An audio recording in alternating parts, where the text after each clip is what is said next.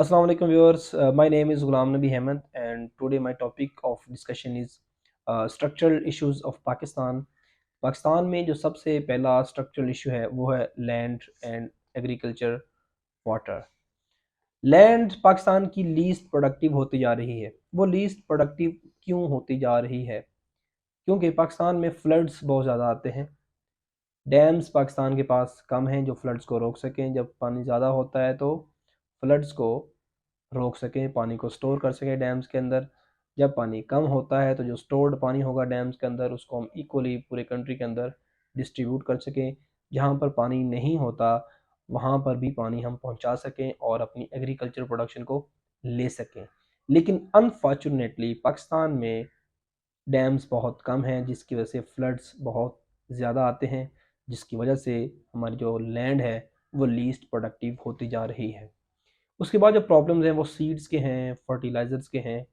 पाकिस्तान एक ऐसा ज़रूरी मुल्क है जिसमें कोई पेस्टिसाइड कंपनी नहीं है, क्योंकि जितनी भी पेस्टिसाइड्स यूज़ होती हैं वो मल्टीनेशनल कंपनी की हैं, बाहर के ममालिक की पाकिस्तान कंट्री के अंदर वो काम कर रही है।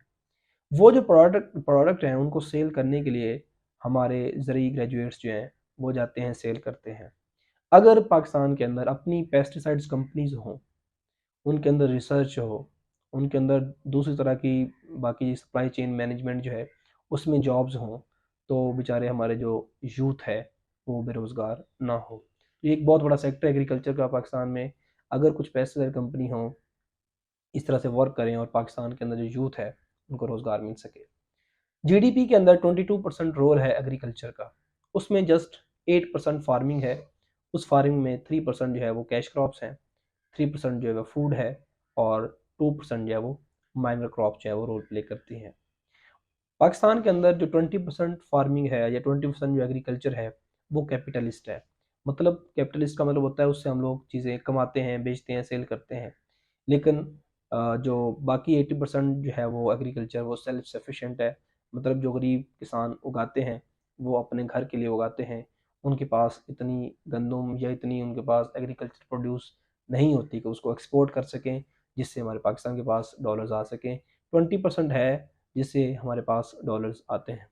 उसके बाद एक और चीज़ है, पाकिस्तान के पास अगर अपनी पेस्टिसाइड कंपनी होंगी तो हमारे जितने भी ज़रूरी ग्रेजुएट्स हैं उनको जॉब्स मिल सकती हैं, रिसर्च के अंदर, सप्लाई चेन मैनेजमेंट के अंदर, मार्केटिंग के अंदर, और ऑफिस जॉब जितनी भी हैं वो मिल सकती हैं।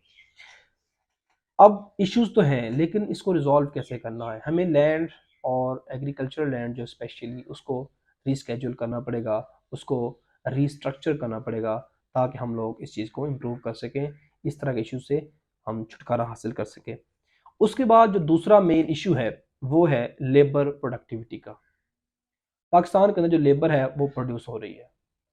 कहा यह जाता है कि नेचुरल रिसोर्सेज जितने भी हैं वो सब अच्छे हैं, बट सबसे अच्छा जो रिसोर्स है वो है ह्यूमन रिसोर्स। अगर ह्यूमन रिसोर्स को हम मैनेज कर लें तो सबसे अच्छी जो मैनेजमेंट होगी वो होगी ह्यूमन रिसोर्स मैनेजमेंट। तो एक आपको एक स्टैट की मैं एक स्टोरी बताता हूँ। 24 से 26 मिलियन बच्चे पाकिस्तान में हर साल स्कूल में, प्राइमरी स्कूल में हिस्सा लेते हैं या एडमिशन लेते हैं। उसमें सिर्फ 1.8 मिलियन बच्चे मैट्रिक कर पाते हैं। बाकी जितने भी ये 4-5 साल का जो गैप होता है वो बच्चे कहाँ चले जाते हैं? वो बच्चे लेबर बन जाते हैं, और वो ऐसी लेबर बनते हैं जो अनस्किल्ड होती है, जो स्किल्ड लेबर नहीं होती। पाकिस्तान के जो पॉलिसी मेकर हैं उन्होंने इस चीज़ के ऊपर कभी सोचा भी नहीं होगा कि ये जो लेबर प्रोड्यूस हो रही है हम इनको कहाँ यूज़ कर सकते हैं।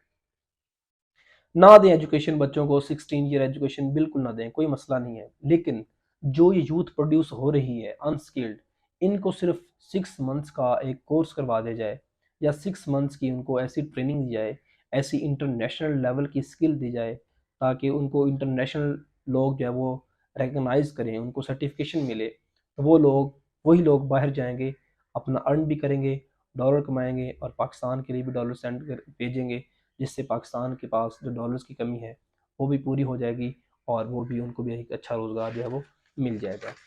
उसके बाद जो है, जो तीसरा मेन इशू है पाकिस्तान के अंदर वो है एनर्जी का।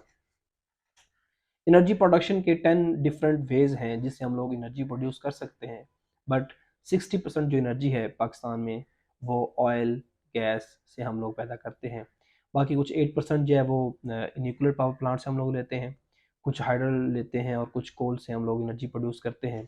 बट मैक्सिमम जो एनर्जी प्रोडक्शन है वो 60% है और वो होती है ऑयल एंड गैस से। ऑयल एंड गैस आपको पता है हम लोग इंपोर्ट करते हैं। जब भी कोई चीज़ इंपोर्ट करते हैं तो हमें महंगी पड़ती है। जब महंगी पड़ती है तो हम उसको डॉलर्स में पे करते हैं। जब डॉलर्स में पे करते हैं तो डॉलर में पाकिस्तान में डॉलर की कमी होती है, जिससे डॉलर की प्राइस ऊपर चली जाती है। और जब डॉलर की प्राइस ऊपर जाती है तो बाकी जितनी भी चीज़ें जो उसके साथ लिंक्ड होती हैं, एसोसिएटेड होती हैं, अटैच्ड होती हैं, उनकी प्राइसेस भी बढ़ जाती हैं और अल्टीमेटली पाकिस्तान की आवाम के ऊपर बोझ पड़ता है। इस तरह की जितनी भी इनएफिशिएंसीज हैं, जो हमारी इनएफिशिएंसीज हैं, वो फिर जितना भी हमारे जो बिजनेसेस होते हैं उनको करने के लिए मुश्किलात पेश करती हैं।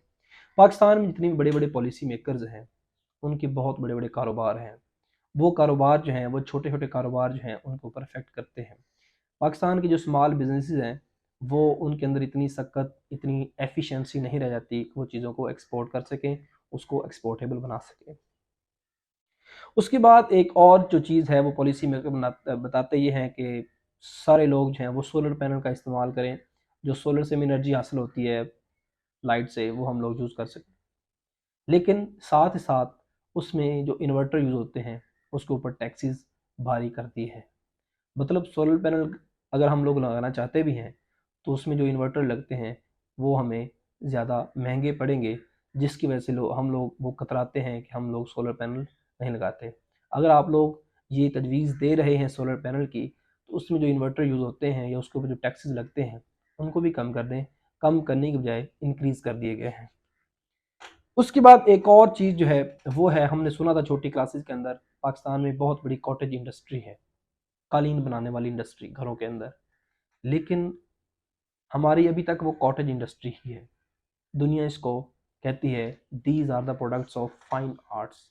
पाकिस्तान से लोग कालीन लेते हैं, डिफरेंट कंट्रीज कालीन लेते हैं, उनके अंदर वो वैल्यू एडिशन करते हैं। वैल्यू एडिशन करने के बाद फिर उनको वो सेल आउट करते हैं।